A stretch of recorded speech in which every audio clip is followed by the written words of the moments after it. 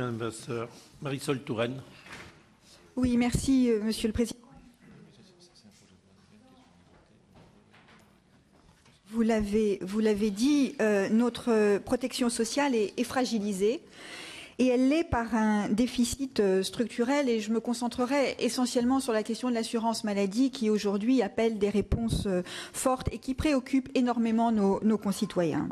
Mais je dois dire que il est quand même assez étonnant d'entendre ici certains expliquer que la responsabilité serait partagée entre la droite et la gauche, pour parler clair. Oui, mais vous savez, le temps long, on peut aussi remonter jusqu'aux croisades et se demander l'impact de je ne sais trop quel phénomène historique. Regardons concrètement ce qui s'est passé depuis 10 ans. Mais au fond, si vous voulez que les responsabilités soient partagées, Monsieur le Président, nous sommes prêts à assumer les nôtres. Hein. Nous sommes prêts à assumer les nôtres dès le mois de mai prochain. Et à ce moment-là, effectivement, nous pourrons faire valoir nos propositions et nos solutions. Moi, je dois dire que la politique qui a été menée par la droite au cours des 10 dernières années, pas simplement des 5, et plus précisément à partir de 2004 en réalité, mais qui s'est accentuée au cours des dernières années, constitue véritablement une faute. Une faute à l'égard du système de santé, une faute à l'égard de l'idée de solidarité qui existe dans notre pays et une faute à l'égard des Français qui attendent qu'on leur garantisse l'efficacité, la qualité et la solidarité de notre système de soins. Et je dois dire que je suis étonnée et un peu préoccupée par les propos que vous avez tenus, Monsieur le Président, parce que vous avez dit un certain nombre de choses qui nous laissent à penser qu'effectivement, aujourd'hui, vous assumez le fait que notre système de santé ait été malmené comme il l'a été au cours des dernières années. Vous avez dit qu'un certain nombre de pays, notamment la République tchèque, au fond, étaient admiratifs de notre politique familiale, mais pas de notre système de santé. Jusqu'à maintenant, le discours, y compris de la majorité, consistait à dire que nous avions un très bon système de santé et que l'enjeu, c'était de le sauver. Parce que si ce que vous nous proposez, c'est d'appliquer en France la politique très libérale, mais la politique de la République tchèque, alors oui, effectivement, nous n'accepterons pas. Je n'aime pas être caricaturé. Mais écoutez, vous avez... J'ai dit simplement que j'ai été surpris de voir que nos voisins ne s'intéressaient qu'à notre politique familiale. Point. Écoutez... Alors, je n'aime pas la caricature. Écoutez, caricature, alors dites que vous vous êtes exprimé de façon peut-être malhabile. Moi, j'entends pour la première fois, dans votre bouche, dans celle d'un responsable important de la majorité, expliquer que notre système de santé n'est pas un système qui doit être mis en avant. Vous avez évoqué le cas de la Suède. Je refuse d'accepter ça. Je défends suffisamment sur le territoire et pendant 20 ans d'activité comme président du Conseil général pour refuser cette caricature, Madame Touraine. Vous êtes dans la caricature en permanence. Je ne suis pas dans... Si je peux m'exprimer... Écoutez, j'ai tendance à penser que la vivacité de votre réaction montre que je n'ai peut-être pas touché si mal. Et cela laisse présager de débats difficiles. Cela laisse présager de débats difficiles dans les prochains mois. Alors moi, je voudrais dire que je crois vraiment que nous avons besoin de politiques structurelles. Et d'ailleurs, il sera intéressant d'entendre la position de la majorité sur un certain nombre d'éléments qui ont été avancés, notamment dans le rapport, avec lesquels on peut d'ailleurs être en désaccord. Moi, j'aimerais savoir ce que pense la majorité de la baisse du numerus clausus, par exemple, pour les médecins. C'est un point. Voilà, la question a été posée. C'est un point. Bon. Deuxième élément, il a été fait référence à la Suède, qui est un excellent système de santé.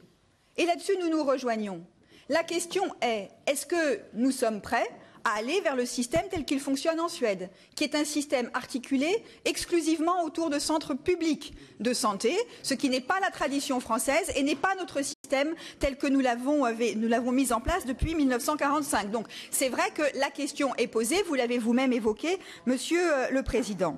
Et je dois dire que lorsque je parle de politique mal menée, les propos de Madame Bachelot ce matin dans un quotidien gratuit, je ne sais plus si c'est Métro ou Métro, qui indique qu'il n'est pas nécessaire de mettre en place des structures spécifiques pour les personnes souffrant d'Alzheimer, parce qu'il n'y a que 200 personnes identifiées dans notre pays, en France, soit 2 par département, souffrant de la pathologie d'Alzheimer à un degré d'avancement supposant une prise en charge spécifique, est quand même assez étonnante. Et donc on peut se demander quel est l'objectif ici poursuivi. Alors moi je crois que nous avons besoin, je n'y reviendrai pas, j'ai posé des questions précises, de politique de régulation, puisqu'on voit bien que les déremboursements qui se succèdent, qui sont injustes, puisque ce qui nous préoccupe, c'est le fait que l'assurance maladie ne rembourse plus que 75-76% de la prise en charge contre 78% il y a 4 ans, et cela ne se paye pas, donc ne s'accompagne pas d'une meilleure efficacité du système, puisque les déficits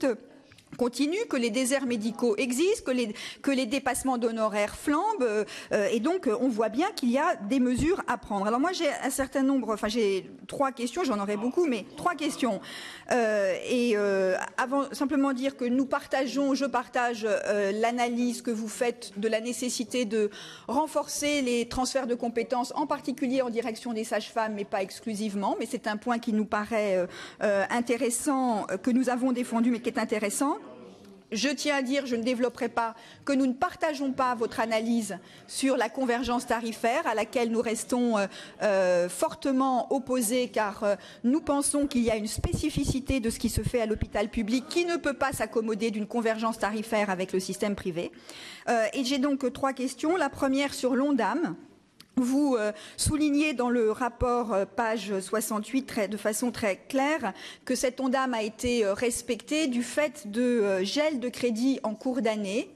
Quelle est votre analyse ou votre appréciation de ce phénomène, et comment peut-on avoir un dispositif qui ne rentre dans les clous, entre guillemets, qu'au prix d'une moindre visibilité pour les acteurs concernés, puisque en début d'année, ils pensent pouvoir compter sur certaines ressources et ne sont pas en mesure de pouvoir en bénéficier au cours de l'année. Deuxième question sur la régulation de l'installation des médecins, qui est un point évidemment extrêmement sensible. Je ne rentre pas dans le détail. Avez-vous mesuré l'impact, nous sommes favorables à une régulation. Avez-vous, parce que j'entends Madame Vasseur qui regrette que je ne sois pas plus longue, mais avez-vous mesuré l'impact de la proposition que vous faites d'une modulation, des cotisations sociales?